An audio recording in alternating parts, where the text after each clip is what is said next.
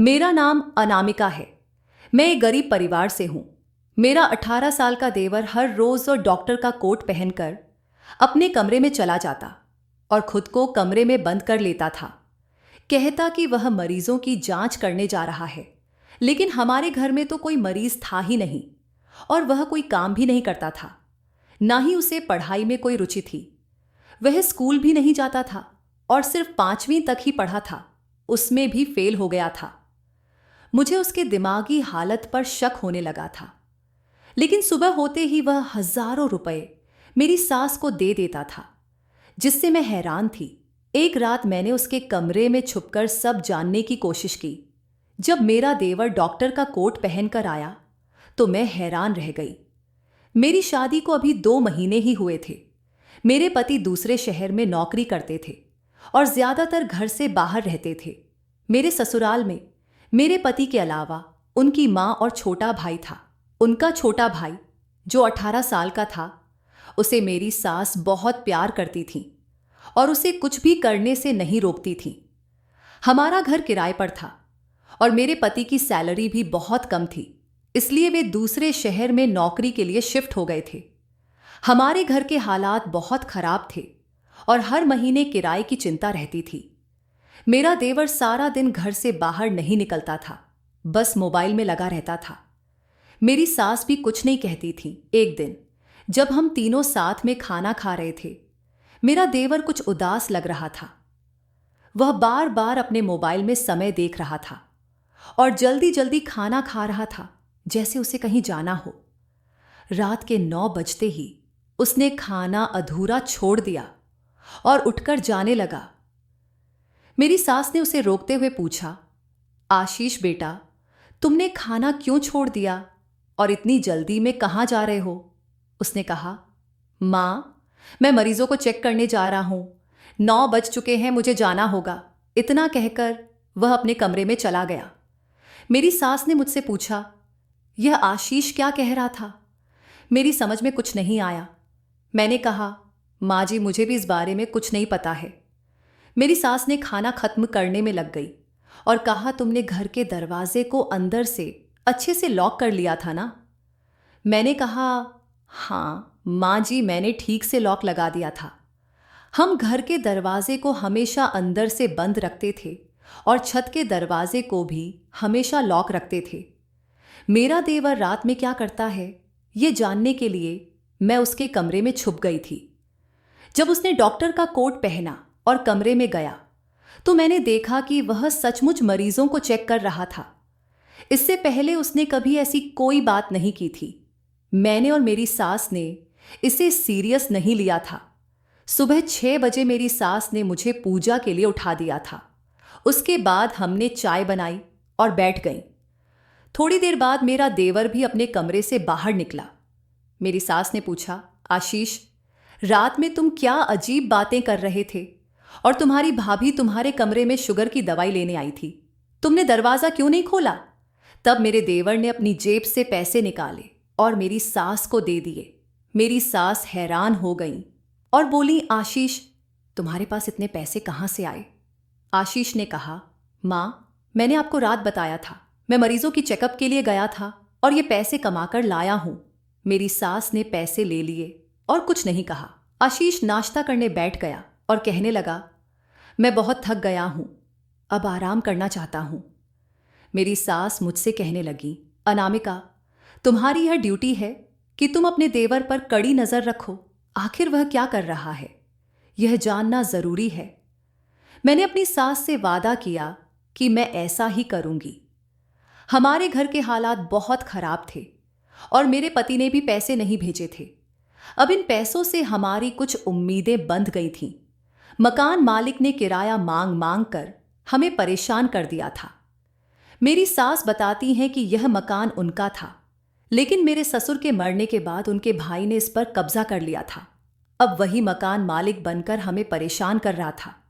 रिश्तेदार होने के बावजूद भी मकान मालिक समय से पहले किराया मांगने आ जाता था। मेरी सास ने अपना मकान वापस पाने के लिए अदालत के चक्कर भी लगाए, लेकिन उन्होंने हार मान ली और भगवान से प्रार्थना करने लगी कि एक दिन भगवान उनके देवर को उतना ही परेशान करे जितना वह हमें कर रहा है। हमारे ससुराल के हालात इतने खराब हो गए थे कि मेरे पति नौकरी की तलाश में दूसरे शहर चले गए थे। उनकी माँ इस घर में अकेली रह जाती थी, इसलिए मेरी सास ने जल्दी जल्दी उनकी शादी भी कर दी थी। मेरी सास को अपने छोटे बेटे से बहुत उम्मीदें थीं, लेकिन उसने सारी उम्मीदें तोड़ दी थीं। मेरी सास अपने देवर से कहती थीं, अपने मरे हुए भाई का ख्याल करो। मैं तुम्हारे भाई की विधवा हूं और ये दोनों बच्चे तुम्हारे भाई के बेटे हैं। इसका मतलब यह है कि ये तुम्हारे भी भतीजे हैं। लेकिन मकान हथियाने के चक्कर में तुमने सारे रिश्ते नाते भूल गए। मगर उनके देवर पर इसका कोई असर नहीं होता था। मेरा देवर भी कोई काम नहीं करता था, इसलिए मेरी सास को मेरे पति से ही सारी उम्मीदें थीं। मेरे पति अपनी मां की इस हरकत से तंग आ गए थे, क्योंकि उनका एक जवान भाई घर में मौजूद था जो काम कर सकता था। वे चाहते थे कि उनका भाई थोड़ा बहुत काम करके घर में कुछ पैसे दे। मेरे पति अपने भाई की इस हरकत से बहुत नाराज हो गए थे और दूसरे शहर जाने के बाद अपनी मां का फोन तक उठाना बंद कर दिया था। मेरा देवर हमेशा अपने भाई से जिद करता था कि उसे बाइक चाहिए। मेरे पति के हालात तो ऐसे नहीं थे, लेकिन फिर भी उन्होंने अपनी शादी पर उसे बाइक गिफ्ट कर दी थी। मेरा देवर बाइक लेकर सारा दिन घूमता रहता था, लेकिन बड़े भाई के शहर जाने के बाद उसने घर से बाहर निकलना बंद कर दिया था। वह कभी कभी ही बहुत जरूरी काम के लिए घर से बाहर निकलता था। जब मेरे पति अपनी मां का फोन नहीं उठाते थे तो मेरा देवर ही अपनी मां को तसल्ली देता था, आप फिक्र मत करो, भैया की जिम्मेदारियां मैं संभाल लूंगा। आखिर मैं उनका भाई हूं, अभी तो मैं कुछ नहीं कर सकता, लेकिन जब कुछ करूंगा तो इस घर की सारी परेशानियां खत्म हो जाएंगी। जब मैं भैया को पैसे कमाकर दिखाऊंगा तो वे मुझसे प्यार करेंगे। मुझे उम्मीद नहीं थी कि मेरा देवर इतना हौसला दिखा सकता है, लेकिन अब मेरे देवर ने जो पैसे मेरी सास को दिए थे उसने मुझे शक में डाल दिया था। मेरा देवर कुछ लेने के लिए घर से बाहर गया हुआ था, इसलिए उसके कमरे का दरवाजा खुला हुआ था। मैंने कमरे में जाकर देखा तो हर चीज वैसे ही पड़ी हुई थी। मेरी सास देवर के कमरे की सफाई भी नहीं करती थी। हर चीज वैसी ही पड़ी रहती थी जैसी वह छोड़कर जाता था। मैंने एक एक चीज को अच्छी तरह से चेक किया। देवर का कमरा छोटा था और उसमें सामान भी बहुत मामूली था। लगभग 20 मिनट में मैं पूरे कमरे को चेक कर चुकी थी और मुझे पता चल गया था कि आशीष पैसे कहां से लाता था। मैंने अपनी सास के पास जाकर कहा, माँ जी, मैंने आशीष का सारा कमरा छान मारा है, मुझे पता चल गया है कि आशीष पैसे कहां से लाता था। मेरी सास हैरान हो गई और जल्दी से पूछने लगी, जल्दी बताओ क्या बात है।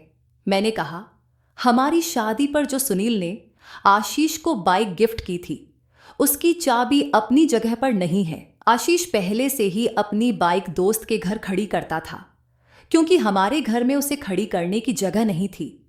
मुझे लगता है कि आशीष ने घर के हालात देखकर अपनी बाइक बेच दी है और बहाना बना दिया कि मरीज चेक कर आया था। मेरी बातें सुनकर मेरी सास की आंखों में आंसू आ गए। वह कहने लगी, मेरा आशीष शुरू से ही ऐसा है, सबका ख्याल रखने वाला। उसने हमारा पेट पालने के लिए अपनी फेवरेट बाइक बेच दी। मैं हंसकर कहने लगी, हाँ जी, आज रात तो आशीष नहीं कहेगा कि वह मरीज का चेकअप करने जा रहा है। सुबह जब वह आपको पैसे नहीं दे तो आप उससे पैसे मांगना और कहना, क्या हुआ, आज किसी मरीज का चेकअप नहीं किया। मेरी बातें सुनकर मेरी सास ने मुझे डांट दिया, खबरदार जो तुमने मेरे बेटे की मजाक उड़ाने की कोशिश की। मेरी सास का व्यवहार बहुत कड़क था और वह जल्दी गुस्सा हो जाती थी। फिलहाल मुझे तसल्ली हो गई थी कि आज मेरा देवर मरीज वाला नाटक नहीं करेगा। लेकिन जैसे ही रात के 9 बजे मेरा देवर कहने लगा कि उसे जाना होगा, मैं मरीज का चेकअप करने जा रहा हूं। आज तो उसने डॉक्टर का सफेद कोट भी पहना हुआ था। इतना कहकर वह कमरे में चला गया और दरवाजे को अंदर से बंद कर लिया। सुबह होते ही फिर आशीष ने ढेरों पैसे मेरी सास को दे दिए थे। अब मुझे यकीन हो गया कि मेरा देवर कुछ और कर रहा था। मैंने फैसला किया कि अब चोरी छिपे जासूसी करने से कुछ हासिल नहीं होगा। मैंने आशीष से ही पूछने का निश्चय किया कि वह क्या कर रहा है। सुबह जब मेरा देवर सोकर उठा तो मैंने उससे कहा, आशीष, मुझे तुमसे कुछ बात करनी है। वह हैरान होकर कहने लगा, हाँ भाभी, क्या कहना है? मैंने पूछा, तुम्हारे पास इतने पैसे कहाँ से आते हैं? मेरे देवर के चेहरे के एक्सप्रेशन बदल गए। वह खूंखार निगाहों से मुझे देखने लगा और कहने लगा, आप लोगों को समझ में क्यों नहीं आ रहा है? मैं इतने दिनों से यही बता रहा हूं कि मैं मरीज का चेकअप करने के लिए जाता हूं, फिर भी आप मुझसे ये सवाल क्यों कर रही हो? मैंने कहा, अच्छा, तो फिर मरीज कहाँ से आते हैं? मेरा देवर चिल्लाकर कहने लगा, भाभी, अब बस करो, मुझ पर शक करना बंद करो। मैंने जो बता दिया बस उसी पर यकीन कर लो। मैं बहुत डर गई थी, क्योंकि अगर मेरी सास ने देख लिया कि मैं अपने देवर से बातें पूछ रही हूं तो वह मुझ पर चिल्लाती। उनका लाडला बेटा था और वह उसे कुछ भी कहने नहीं देती थी। मैं जल्दी से उठकर उसके कमरे से बाहर आ गई थी। आशीष अपनी माँ का लाडला था और इस बात का फायदा उठाता था। वह किसी के साथ भी बदतमीजी करता था, लेकिन मेरी सास उसे कुछ नहीं कहती थी। आज भी उसने मुझे डराकर चुप करवा दिया था, लेकिन वह मेरे दिमाग से सवाल नहीं मिटा सकता था। मैंने सोचा कि मेरी सास को अपने छोटे बेटे पर सख्ती करनी चाहिए और उससे पूछना चाहिए कि आखिर वह इतने सारे पैसे कहाँ से लाता है। इसलिए मैंने अपनी सास को जाकर बताया, आप अपने बेटे की तरफ से इतनी बेफिक्र कैसे हो सकती हैं? वह कम उम्र का जवान लड़का है। आप उससे पूछिए कि वह इतने सारे पैसे कहाँ से लाता है और वह क्या करता है। मेरी सास बहुत परेशान नजर आई। वह कहने लगी, अगर मैं आशीष से बात करती हूं तो वह कुछ कहे बिना उठकर चला जाता है। अब मैं बहुत उलझन में हूं। हमेशा यही टेंशन रहती है कि कहीं मेरा बेटा किसी गलत संगत में तो नहीं पड़ गया, कहीं कुछ ऐसा तो नहीं कर रहा जिससे हमारी बदनामी हो जाए। मगर फिर सोचती हूं कि आशीष सारा दिन अपने कमरे में सोता रहता है और रात को 6 बजते ही घर के गेट को ताला लग जाता है। ना कोई घर से जाता है और ना ही कोई आता है। ऐसे में मैं अपने बेटे पर कैसे नजर रख सकती हूं? मगर फिर वही, पैसे कहां से लाता है? मैं कुछ नहीं जानती। अनामिका, मैं बहुत परेशान हूं। यह बात मैं सुनील से भी नहीं कह सकती हूं, क्योंकि वह आशीष की वजह से मुझसे बहुत नाराज रहता है। यह बात सुनेगा तो और ज्यादा नाराज हो जाएगा। मेरी सास फूट फूट कर रोने लगी। उनकी बेबसी देखकर मेरा दिल भी दुखी हो गया। मैंने अपनी सास को दिलासा दिया और कहा, आप टेंशन मत लीजिए, सब कुछ ठीक हो जाएगा। एक दिन यह भी पता चल जाएगा कि आशीष क्या करता है और कहाँ से पैसे लाता है। मेरी सास कहने लगी, ये मेरा देवर मर क्यों नहीं जाता? उसकी वजह से ही हमारे घर में परेशानी आई है।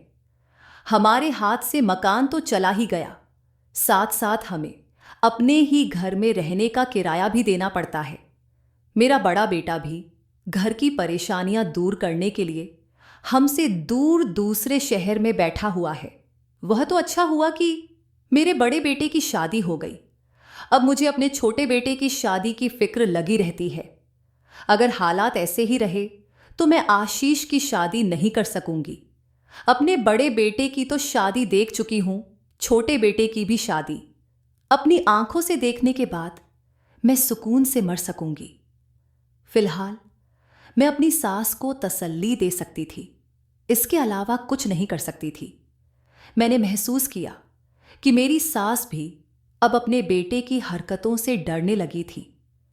ना जाने यह डर पैसों का था या फिर वह अपनी जवानी के कारण उनसे कुछ कहने से डरती थी।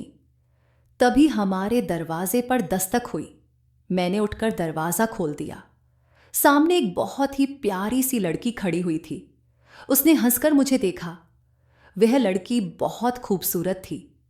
मुझे वह लड़की बहुत पसंद आई और मैंने मन ही मन भगवान से शिकायत की कि काश मैं भी इतनी खूबसूरत होती। मैं बस एक नज़र उस लड़की को देखती ही जा रही थी। तभी अचानक पीछे से मेरी सास की कड़कती हुई आवाज आई, बहू दरवाजे के साथ चिपक कर ही रह जाओगी या अंदर भी आओगी? कौन आया है? मैं घबरा गई और वह लड़की मुस्कुरा दी। मैं समझ गई कि वह मेरी स्थिति को समझ चुकी है। कभी कभी तो मैं अपनी सास से बहुत परेशान हो जाती थी। फिलहाल मैंने उस लड़की से पूछा, तुम कौन हो? वह कहने लगी, मेरा नाम मीनाक्षी है। हम लोग कल ही आपके बगल वाले घर में शिफ्ट हुए हैं। हमारे घर में पूजा थी तो मैं प्रसाद बांट रही थी। सोचा आपके घर भी दे दूं। आप मुझे बर्तन खाली करके दे दीजिए। मैंने उसके हाथ से प्रसाद लिया और घर के अंदर जाने लगी। मेरी सास पूछने लगी, दरवाजे पर इतनी देर क्यों लगा दी? कौन आया था? मेरी सास के घर में बहुत कड़े नियम थे जिनका मैं हमेशा पालन करती आई थी। मैंने कहा, माँ जी, हमारे पड़ोस में नए पड़ोसी आए हैं। एक जवान लड़की है और वह प्रसाद लेकर आई थी। मेरी सास कहने लगी, आजकल कहाँ होते हैं ऐसे लोग जो पड़ोस में भी प्रसाद बांटते हैं। तुम भी हमारे घर का आज का पूजा का प्रसाद उनके बर्तन में डालकर दे दो। मैंने घर का प्रसाद उस बर्तन में डाल दिया और मेरी सास ने बर्तन ले लिया। न जाने मुझे क्या हुआ, मैं भी अपनी सास के पीछे पीछे चल पड़ी। मेरी सास ने मीनाक्षी के सिर पर हाथ रखा और कहने लगी, कितनी प्यारी बेटी हो। बेटी, अपनी माँ से कहना वह हमारे घर पर जरूर आए। मैं भी किसी दिन तुम्हारे घर पर आऊंगी और तुम्हें नए घर की बधाई दूंगी। मीनाक्षी मुस्कुराकर बातें कर रही थी। मुझे वह लड़की बहुत भली लगी। फिर मैं अपनी सास के अंदर आने से पहले ही घर के अंदर लौट आई, नहीं तो मेरी सास मुझे जरूर डांट लगाती। फिलहाल मुझे उस लड़की के साथ मुलाकात बहुत अच्छी लगी, क्योंकि जब से मेरी शादी हुई थी मैं किसी से बातें करना ही भूल गई थी। बस हमेशा अपनी सास के साथ ही बातें करती रहती थी। जब से मेरी शादी हुई थी अपने मायके भी नहीं जा पाई थी। अगले दिन मीनाक्षी और उसकी माँ हमारे घर पर आईं। मीनाक्षी की माँ का व्यवहार भी बहुत अच्छा था। वह कहने लगी, मीनाक्षी बता रही थी कि आपने हमें अपने घर बुलाया था। आज मैं फ्री हुई तो सोचा कि मीनाक्षी के साथ आपके घर का चक्कर लगा लूं। मैंने मीनाक्षी और उसकी माँ के लिए चाय और नाश्ता तैयार कर लिया था। मीनाक्षी की माँ कहने लगी, आपकी बहू तो बहुत सुंदर है, कभी अपनी बहू को हमारे घर भी लेकर आइए। मीनाक्षी भी कहने लगी, जी, हम माँ बेटी सारा दिन घर में अकेली रहते हैं। अगर आप हमारे घर पर आती रहेंगी तो हमें अच्छा लगेगा। मैंने कहा, जी आंटी, मैं आपके घर ज़रूर आऊँगी। मैंने दिल में सोचा कि आंटी की उम्र भी तो मेरी सास की उम्र से थोड़ी ही कम होगी, और जब मीनाक्षी घर पर नहीं होगी तो मैं आपके घर जाकर क्या करूँगी।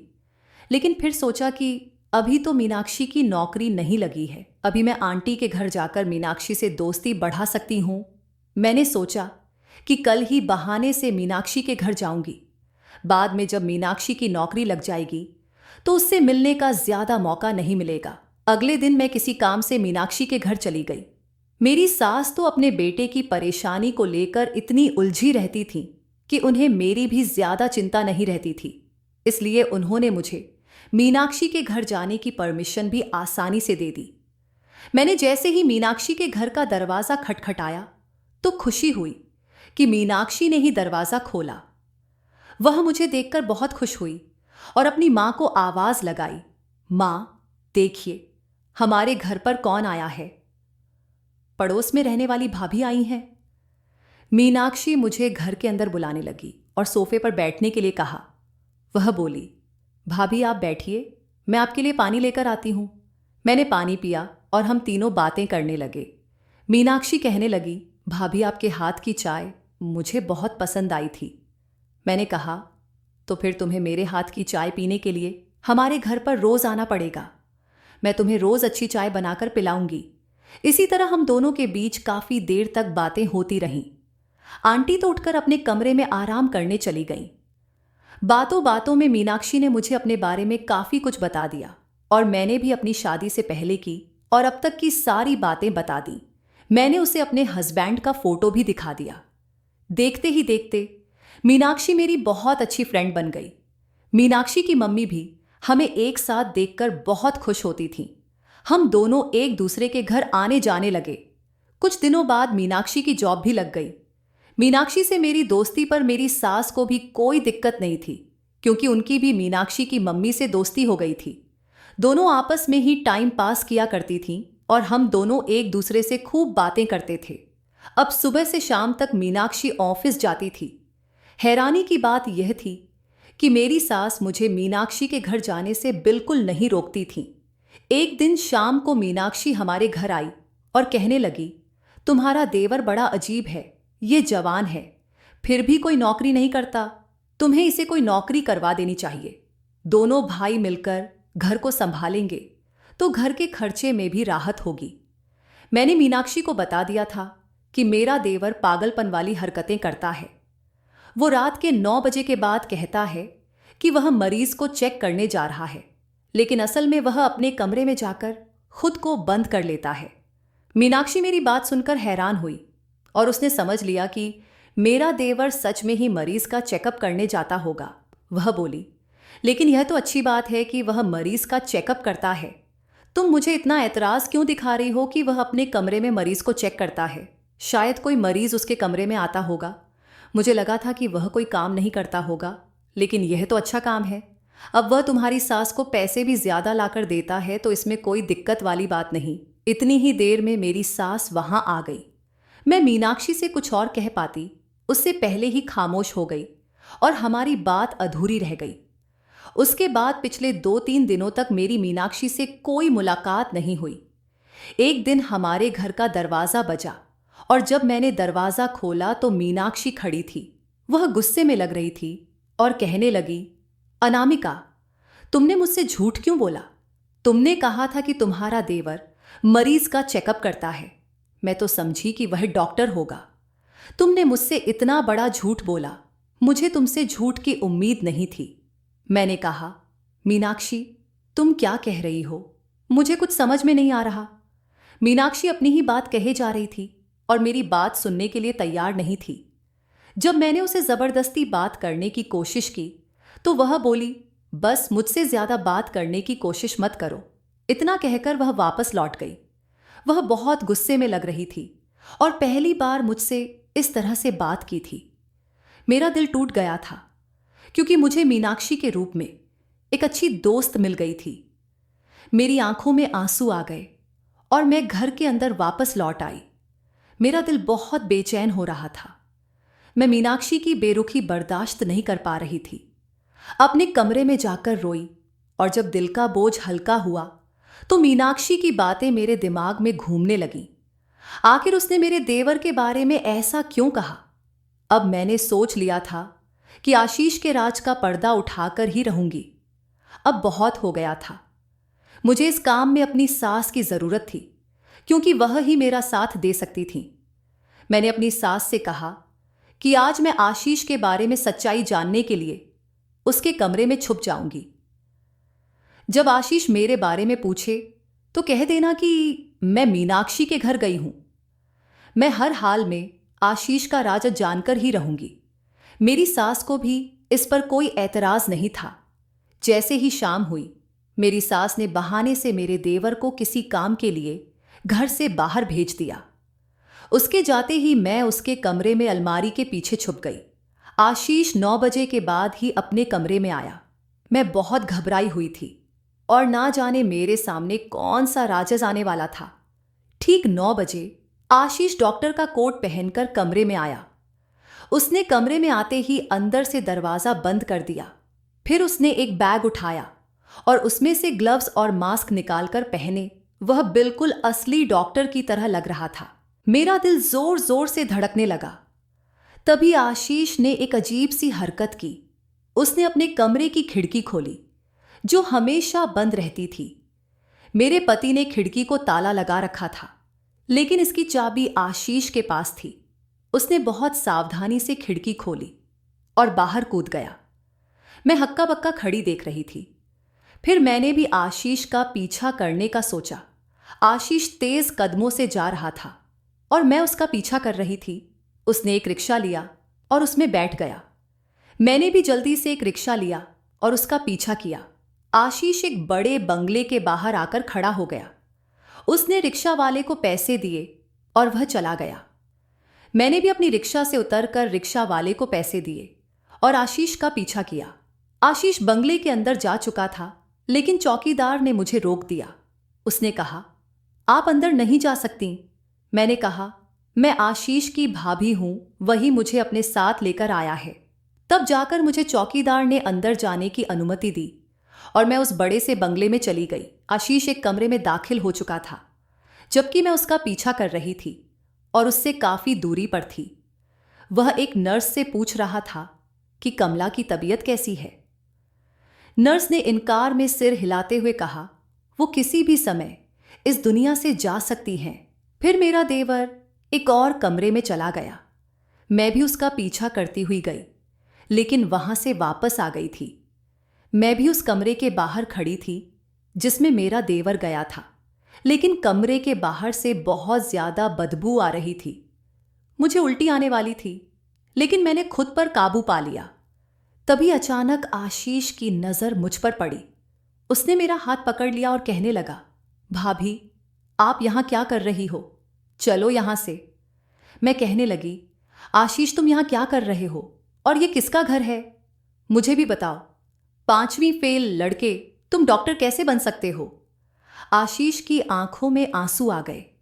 वह कहने लगा, भाभी, मुझे माफ कर दीजिए, मैं डॉक्टर नहीं हूं। आशीष मेरा हाथ पकड़कर मुझे अंदर ले गया। अंदर एक औरत लेटी हुई थी जिसकी उम्र लगभग 50 साल से ज्यादा लग रही थी। आशीष ने बताया, भाभी, इनका नाम कमला है और ये मेरी पत्नी है। एक दिन रास्ते से जा रही थी तो एक डॉक्टर से अपना इलाज करवा कर आ रही थी। इनकी पूरी बॉडी पर एलर्जी है, जिसकी वजह से लोग इनसे दूर भागते हैं। इनका ड्राइवर भी इनकी मदद नहीं कर पा रहा था। घर में बहुत सारे नौकर हैं, लेकिन सभी लोगों को अपनी जान का खतरा है कि कहीं उनकी एलर्जी हमें ना लग जाए, और इसी वजह से कमला के पति ने भी उन्हें तलाक दे दिया था। कमला के पास पहले से ही अपने पिता की बहुत सारी जायदाद है। इनके पास कोई औलाद भी नहीं है। ये बिल्कुल तन्हा हो चुकी हैं। ये हॉस्पिटल की सीढ़ियों से उतर रही थीं, तभी अचानक गिर गईं। लेकिन कोई भी उनकी मदद के लिए आगे नहीं आया, क्योंकि इनकी बॉडी पर बहुत ज्यादा एलर्जी फैली हुई थी। मुझे यह बात नहीं पता थी और मैं सीधा जाकर कमला की मदद करने की कोशिश करने लगा। मेरी यह बात कमला को बहुत पसंद आई थी। कमला ने मुझे अपने घर का पता दे दिया था। मैं जब एक दिन उनके घर पर आया तो उन्होंने मुझे बताया कि उन्हें एक जानलेवा बीमारी है। यह बहुत खतरनाक एलर्जी है और उनके जख्मों में से बदबू भी आती है, जिसकी वजह से लोग उनके करीब आने से डरते हैं कि कहीं यह बीमारी उनको न लग जाए। वह बुरी तरह से रो रही थी और मुझे अपनी कहानी बता रही थी। मुझे उन पर बहुत तरस आ रहा था। उन्होंने मुझे बताया कि मेरी इस बीमारी की वजह से मेरे सारे अपने मुझसे दूर हो गए। कोई भी ऐसा नहीं है जो मेरे साथ समय बिता सके, मेरे साथ बातें कर सके। जो दिन मेरी जिंदगी के रह गए हैं वे हंसी खुशी कट सकें। मेरे पास बहुत दौलत है, लेकिन इस समय यह दौलत भी काम नहीं आ रही। तभी मैंने सोचा कि अगर मैं कमला का ख्याल रखने लगूंगा तो मुझे अच्छे खासे पैसे मिलने लगेंगे। जब मैंने कमला को यह बात बताई तो उसने कहा, क्या तुम मुझसे शादी कर सकते हो?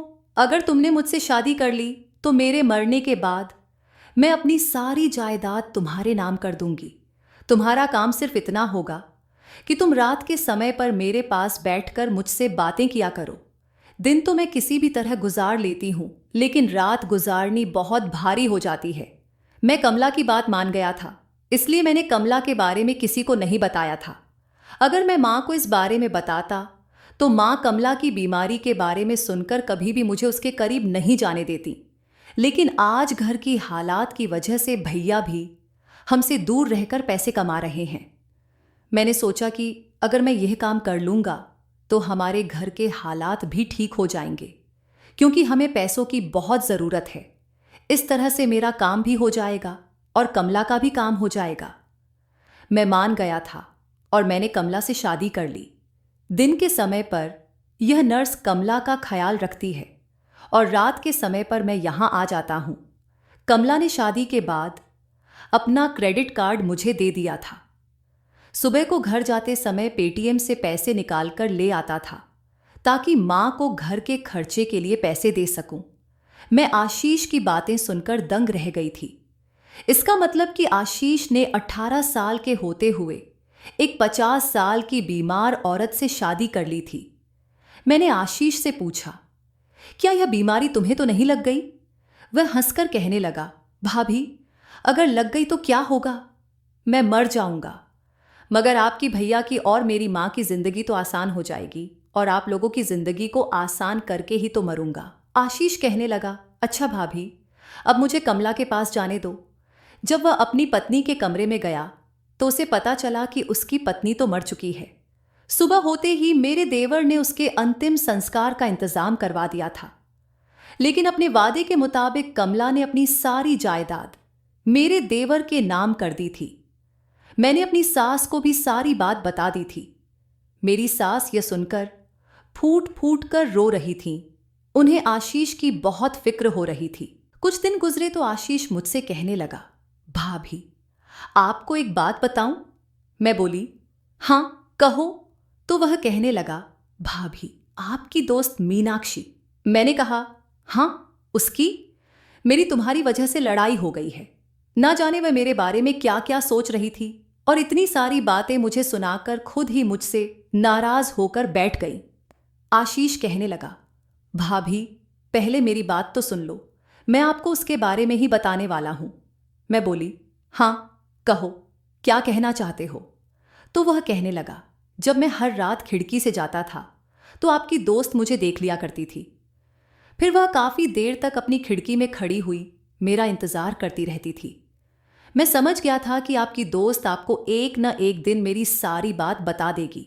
मैं इस बारे में आपको बताने ही वाला था, लेकिन आपने खुद ही सच्चाई का पता लगा लिया। मैं बोली, हाँ, मैंने उससे कहा था कि तुम डॉक्टर हो और मरीज का चेकअप करते हो, लेकिन जब रात को वह तुम्हें चोरों की तरह ऐसे भागते हुए देखती होगी तो उसने सोचा होगा कि मैंने उससे झूठ बोला और उसको लगा होगा कि तुम डॉक्टर नहीं बल्कि कोई चोर हो। तभी तो वह उस दिन मुझसे इतने गुस्से में बात कर रही थी। हमारे घर के हालात तो बहुत ज्यादा बेहतर हो गए थे।